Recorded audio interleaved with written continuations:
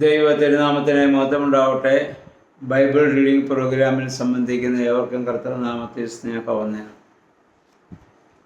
സംഖ്യാപുസ്തകത്തിലെ അവസാനത്തെ അധ്യായമായ 36-ാം അധ്യായമാണ് നമ്മളിന്ന് വായിക്കുന്നത്. 36-ാം അധ്യായത്തിൽ പെൺമക്കൾ മാത്രമുള്ള വിവാഹിതയുടെ അവകാശം ആർക്ക് പോകും എന്നതിനെക്കുറിച്ച് ഒരു തർക്കം ഇസ്രായേൽ ജനത്തിനിടയിലുണ്ടായി. കാരണം 12 ഗോത്രങ്ങൾക്കായി ആ കനാൻ ദേശം ഭാഗിച്ചെടുക്കേണ്ട രീതി യഹോവയായ ദൈവം മോശെ മുഖാന്തരം ഇസ്രായേൽ ജനത്തോട് പറഞ്ഞു. അത് നറുക്കിട്ട് വലിയ ഗോത്രത്തിന് വലിയ അവകാശവും ചെറിയ ഗോത്രങ്ങൾക്ക് ചെറിയ അവകാശവും ഒക്കെ ലഭിക്കണമെന്ന് പറഞ്ഞു. അപ്പോഴാണ് ഇങ്ങനെയൊരു സംശയം ഉണ്ടാകുന്നത്, പെൺമക്കൾ മാത്രമാണെങ്കിൽ അവകാശം എങ്ങോട്ട് പോകും? കാരണം വിവാഹം കഴിക്കുമ്പോൾ മറ്റ് ഗോത്രങ്ങളിൽ നിന്നും കൂടി അവർക്ക് വിവാഹം കഴിക്കാമല്ലോ. അങ്ങനെ കഴിക്കുമ്പോൾ പെൺമക്കൾക്കുള്ള അവകാശം അത് മറ്റ് ഗോത്രങ്ങളിലേക്ക് പോവുകയും അവർ ജനിച്ചു വളർന്ന ഗോത്രത്തിൻ്റെ അവകാശം അവർക്ക് കുറഞ്ഞു പോവുകയും ചെയ്യും. കാരണം അവിടുത്തെ അവകാശം നമുക്കറിയാം, സ്ഥലമാണ്. ആ സ്ഥലം മറ്റ് ഗോത്രങ്ങളിലേക്ക് പോകും. അപ്പം അങ്ങനെ വന്നാൽ എന്ത് ചെയ്യണമെന്നുള്ളൊരു സംശയം. കാരണം ജോസഫിൻ്റെ ഗോത്രത്തിൽ അഥവാ മനശ്ശെയുടെ ആ ഗോത്രത്തിൽ ഒരു വ്യക്തിക്ക് 5 പെൺമക്കളാണ് അന്നുണ്ടായിരുന്നത്. അപ്പം അതിനെ എന്തു ചെയ്യണമെന്നുള്ളതാണ് ചോദ്യം. മാത്രമല്ല, ജൂബിലി വരുമ്പോഴും അവരുടെ ആ അവകാശത്തിലേക്ക്, അവർ വിവാഹം കഴിച്ച ഭർത്താവിൻ്റെ അവകാശത്തിലേക്ക് അവരുടെ അവകാശം പോകണമെന്നാണല്ലോ. അപ്പോൾ അതിനെന്ത് ചെയ്യണമെന്നുള്ളതാണ് ഒരു പ്രശ്നമായിട്ട് ഇവിടെ വന്നത്. ഇപ്പം സെലോഫാദ് എന്ന് പറയുന്ന ഒരു മനുഷ്യന്, ജോസഫിൻ്റെ ഗോത്രത്തിൽപ്പെട്ടവന് 5 പെൺമക്കളാണ് ഉണ്ടായിരുന്നത്. അപ്പോൾ ആ 5 പെൺമക്കളെയും ചിലപ്പം മറ്റ് ഗോത്രങ്ങളിലൊക്കെ വിവാഹം കഴിച്ചു പോകാം.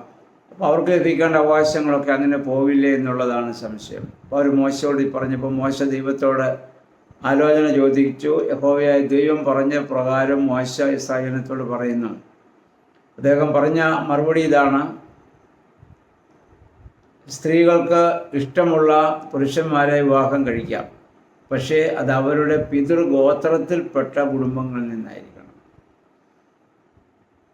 അങ്ങനെ പിതൃഗോത്രത്തിൽപ്പെട്ട കുടുംബങ്ങളിൽ നിന്ന് ഇഷ്ടമുള്ള പുരുഷന്മാരെ തിരഞ്ഞെടുത്തവർ വിവാഹം കഴിക്കുമ്പോൾ അവരുടെ അവകാശം ആ ഗോത്രത്തിൽ തന്നെ ആയിരിക്കും.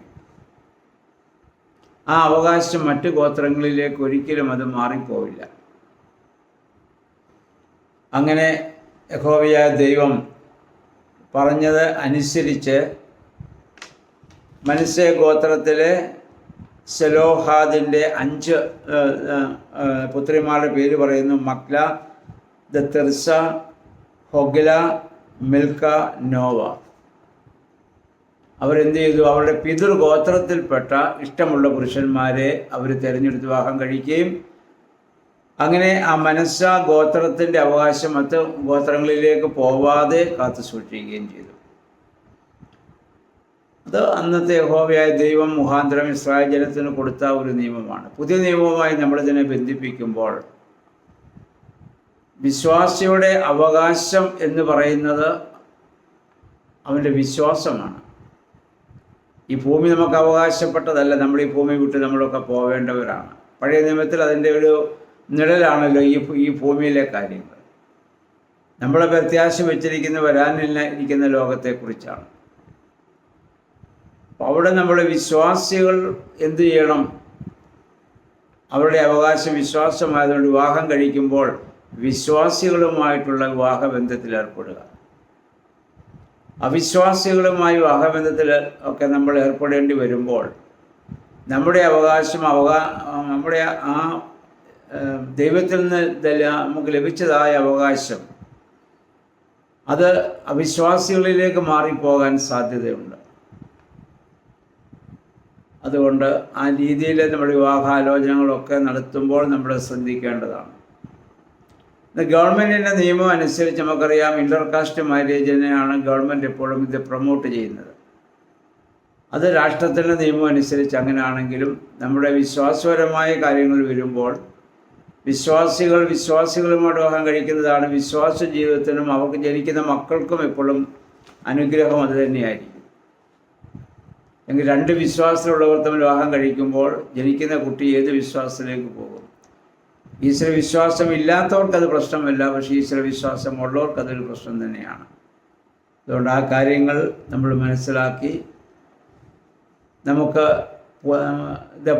പൂർവികന്മാരായി നമുക്ക് കൈമാറി തന്ന സത്യവിശ്വാസം നമ്മുടെ തലമുറകളിൽ നിന്ന് മാറിപ്പോകാതെ നശിച്ചു പോകാതെ കാത്തു സൂക്ഷിക്കുവാൻ തക്കവണ്ണം ശ്രദ്ധിച്ച് കാര്യങ്ങൾ ചെയ്യണമെന്ന് മാത്രമേ നമുക്കിതുമായി ബന്ധപ്പെട്ട് പറയാനുള്ളൂ. അപ്പോൾ അതനുസരിച്ച് നമ്മുടെ ജീവിതത്തെ ക്രമപ്പെടുത്താൻ നമുക്കിടയാകണം.